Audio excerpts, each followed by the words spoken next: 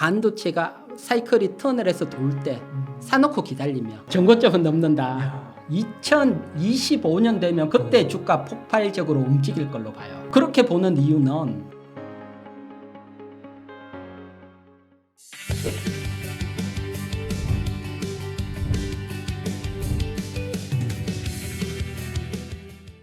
지금 외국인들이 막 들어왔잖아요. 막 들어왔을 때 외국인들은 어떤 종목을 그쵸. 뭔가 크고 좋은 거. 맞아요. 우리나라에서. 외국인들 입장에서 가장 좋은 종목을 사는데 네. 이번 11월 달에 어. 삼성전자하고 SK하이닉스를 가장 많이 샀어요. 그래서 지금 계속 찔끔찔끔이라도 계속 오르는 거군요. 예, 그렇죠. 아.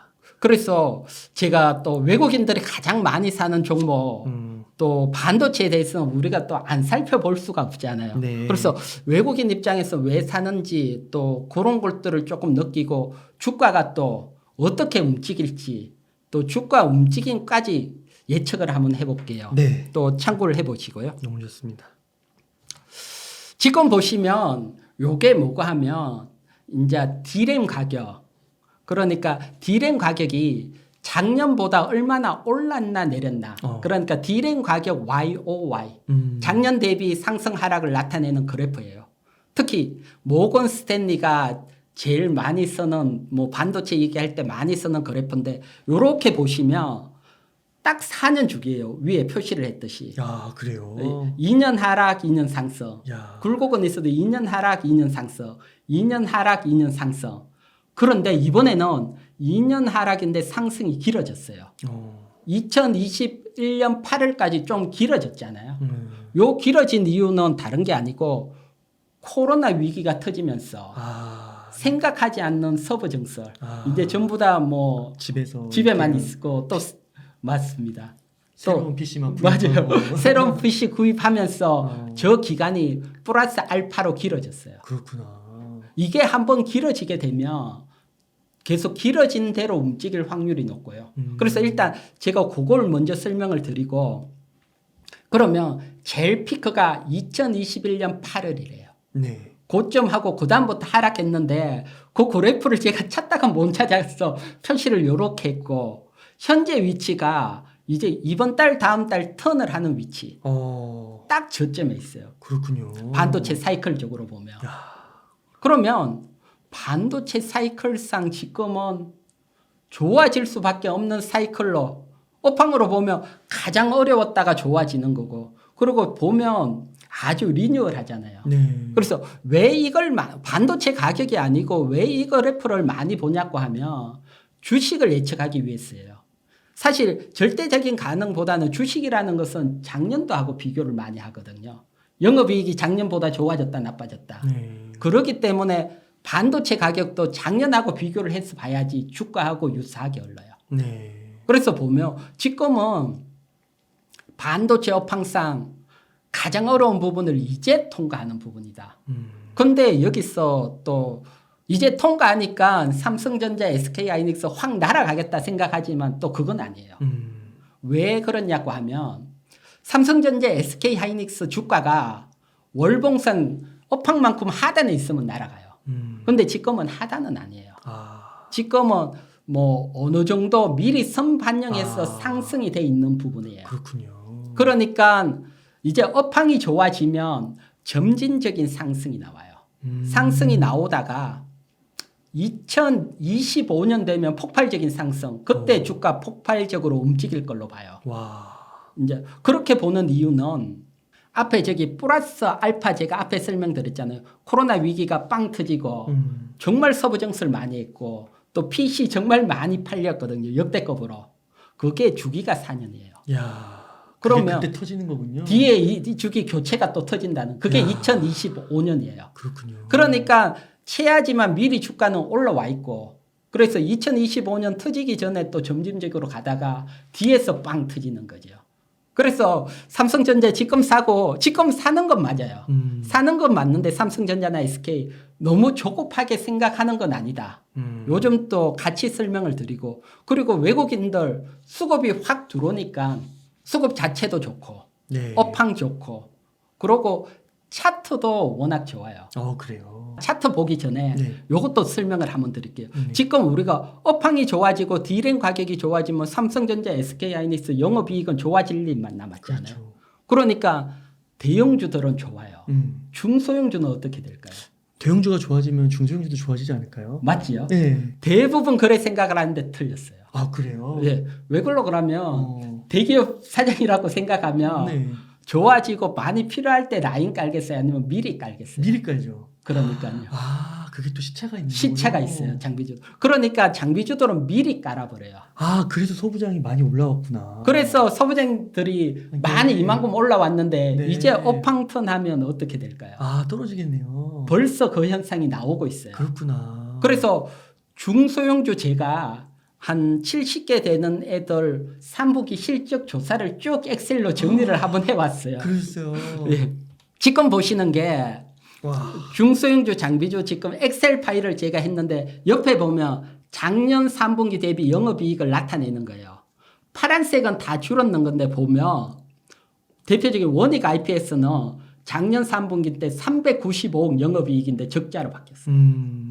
그리고 뭐 유진테크도 136억인데 7억이에요. 네. 보면 퍼센티지 내가 표시했잖아요. 와. 어마어마하게 확 줄지요. 그러네요. LOT 백분 100% 증가는 저건 태양광이에요. 태양광. 섞으면 안 되고 반도체가 아니고 태양광으로. 네.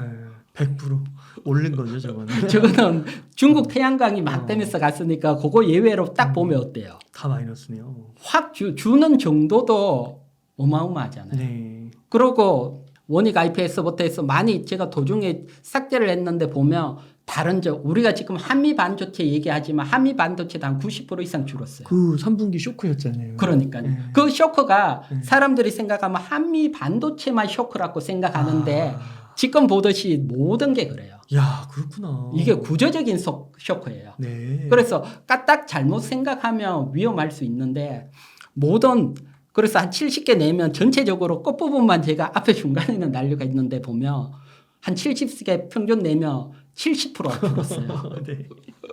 그리고 와.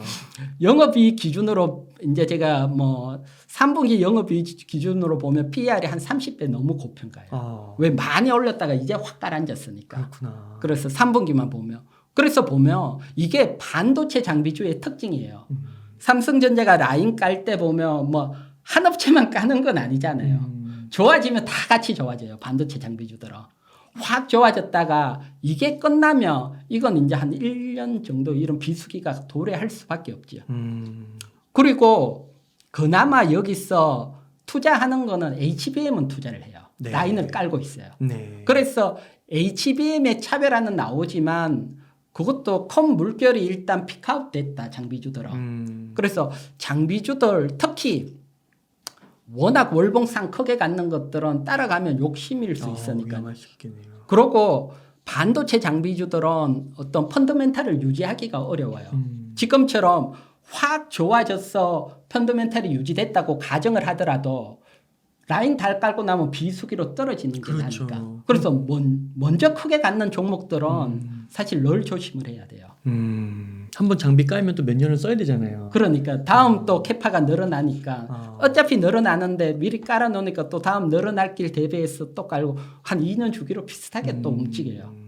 그래서 지금은 비수기로 들어와 있다. 그래서 보면 그러니까 지금은 장비주보다 그 삼성전자랑 SK 하이닉스 쪽을 봐야겠네요. 그렇죠. 그리고 장비주들은 뭐 다 깔았는 건 아니고 차별화가 크게 나오는데 기본적으로 컴 물결이 이렇게 갈 때는 하기는 쉽지 않다.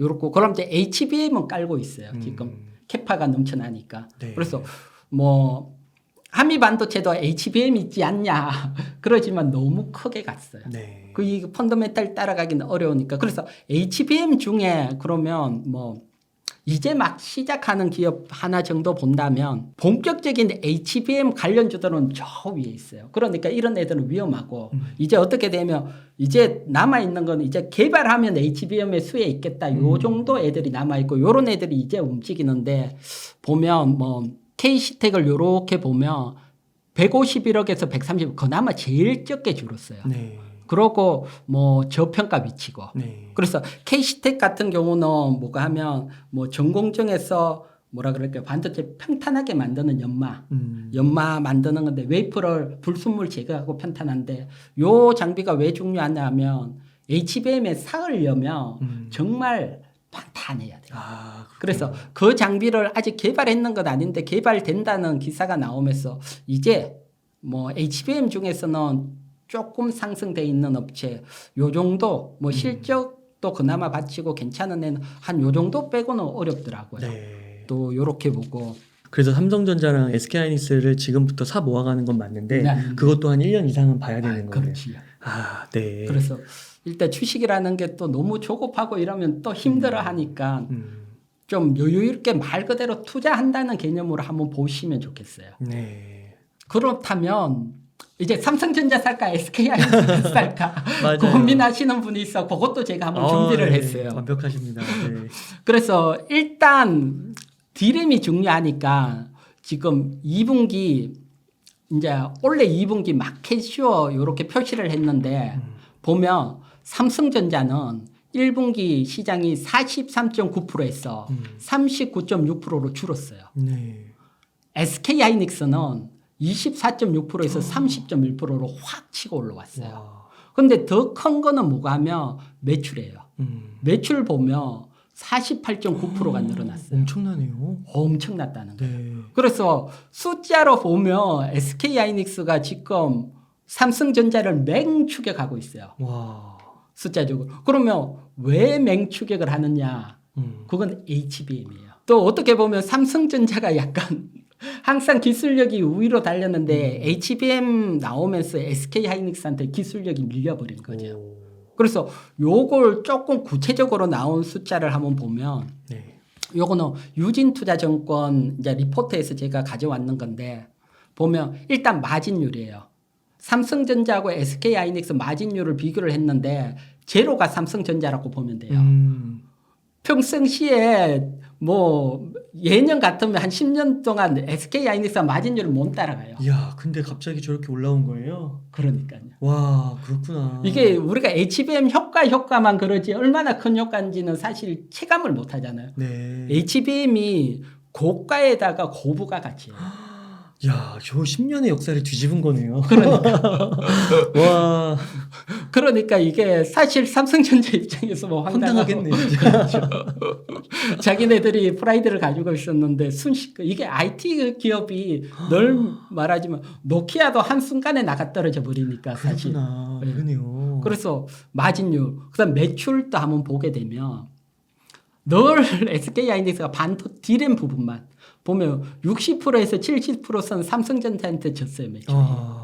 근데 97% 가까이. 이제 얼마 차이도 안 나네요. 그러니까 앞에 와. 2분기도 봤지만 SK하이닉스 50% 매출이 확 늘었지 않아요. 아니, 삼성전자는 하고 있는 일도 되게 많잖아요. 맞죠. 사업부도. 이게 사업부 말 전체 매출 말고 아니, D램 반도체. 예, 우리가 반도체만 비교하니까 네. 사실 뭐 다른 사업부 이러면 사실 안 되고. 예, 그래서 제가 이제 반도체만 이제 그래도 뭐 반도체도 압도적인 1위가 삼성전자였잖아요. 그렇죠. 와, 이렇게 갭이 줄어드는구나. 그렇죠. 이게 사실 숫자로 보면 더 체감적으로 다가오게 되죠. 그러네요. 그래서 사실 숫자로 보면 제가 봤을 때는 이제 SK하이닉스 쪽에 무게추를 조금 더 두는 거고요. 네.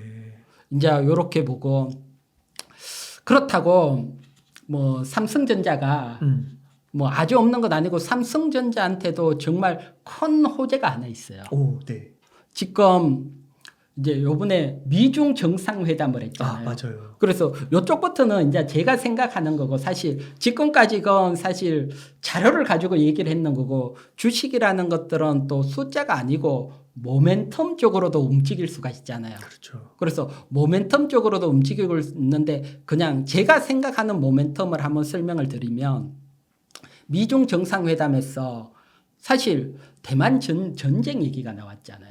뭐 한 3, 4년 내에 뭐 침공할 건 없다 얘기도 하고 또 들리는 얘기에 이런 경우가 아니면 예외도 뒀다 이런 얘기도 나오니까 사실 이게 제가 봤을 때는 이제 이런 뉴스가 나왔을 때 이제 제가 혼자 생각을 해보는 거예요. 생각을 해보고 이제 엔비디아 사장 경영진이고 애플 경영진이다.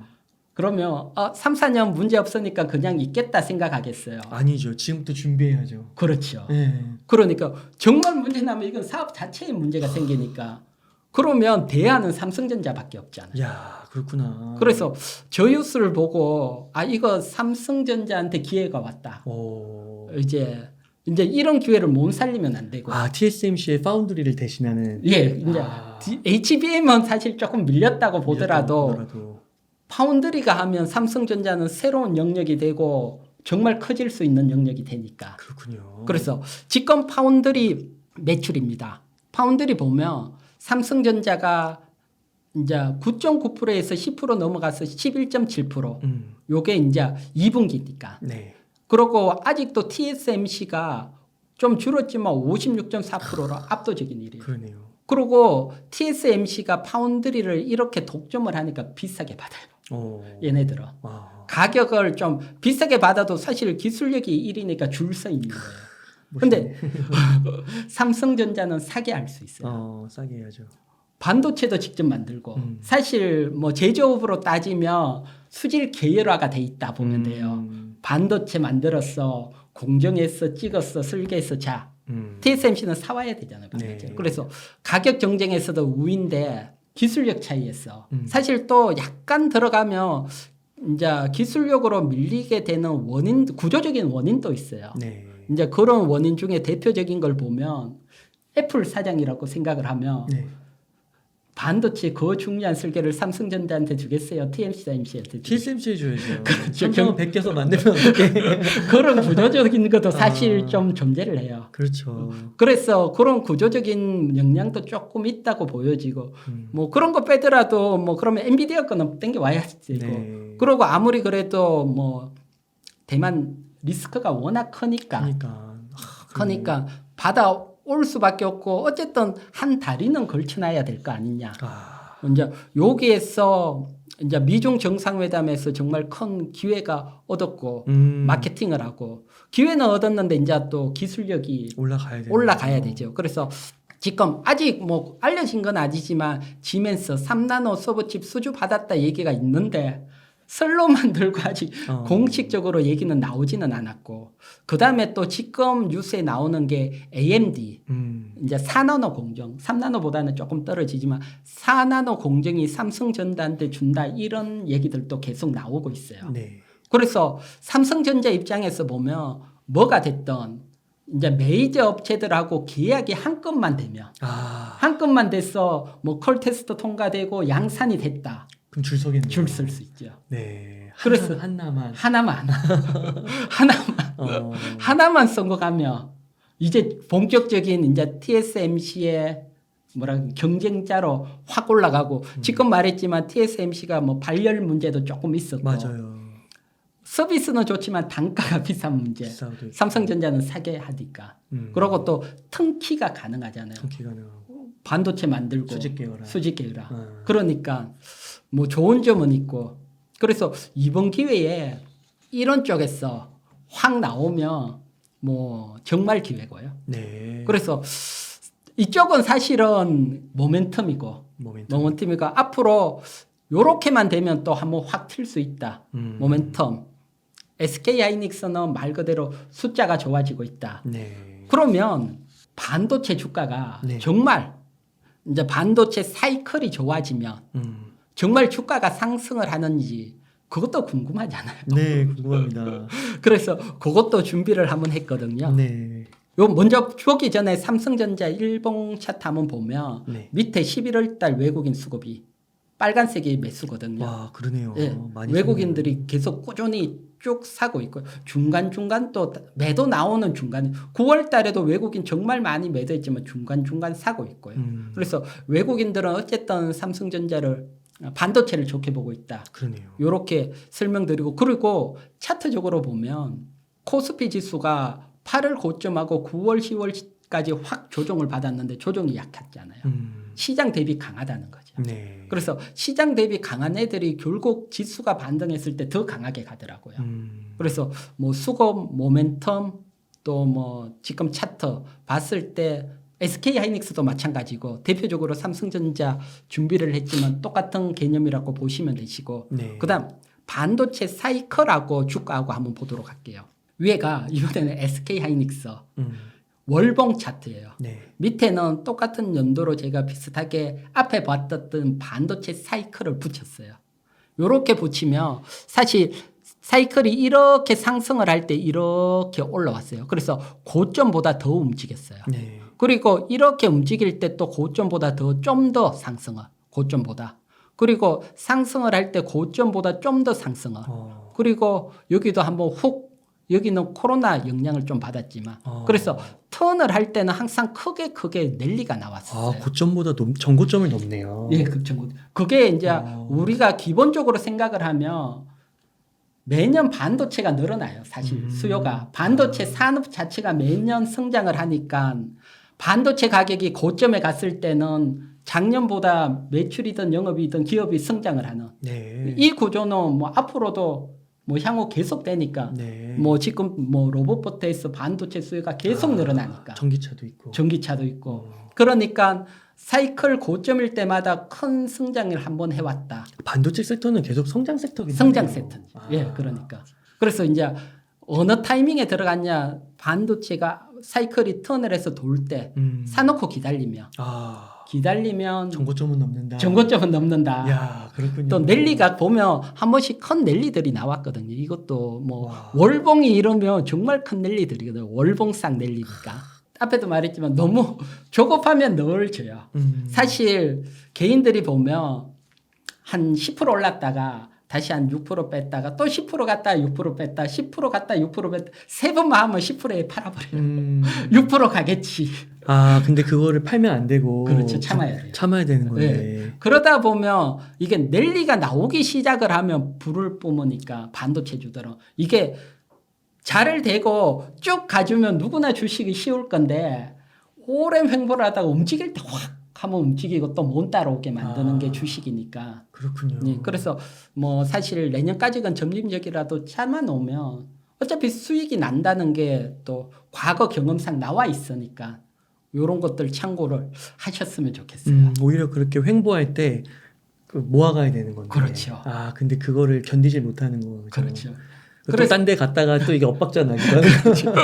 그러다 보면 주가라는 게 사실 뜻하지 않게 한번 확 튀면 내 팔았는 가격보다 높으면 못 사요. 그래서 뭐 다시 한번 환기를 하면 이제 서브 주기가 제가 밑에 4년이라고 써놨잖아요. 네. 그처럼 2025년에 주기가 도래하니까 2024년은 반도체 가격은 턴하고 정말 하이라이트는 2025년에서 2026년 HBM도 화랑을 꽃을 피고 앞에 정말 많이 투자됐던 것들도 이제 교체까지 들어가고 그러니까 폭발적인 성장이 남아있다. 지금 진짜 저점이네요. 그렇죠. 와, 그렇구나. 이게 4년 사이클인데 코로나 때 약간 연장이 됐고 그걸 감안했을 때 지금이 저점인 거예요. 예, 이게 이제 앞에 연장이 되면 사이클이 4년이니까 연장될 수밖에 없으니까 사실 4년보다 더 가야 되죠. 더 가야 되는 거고. 예. 와, 지금 진짜 기회인데.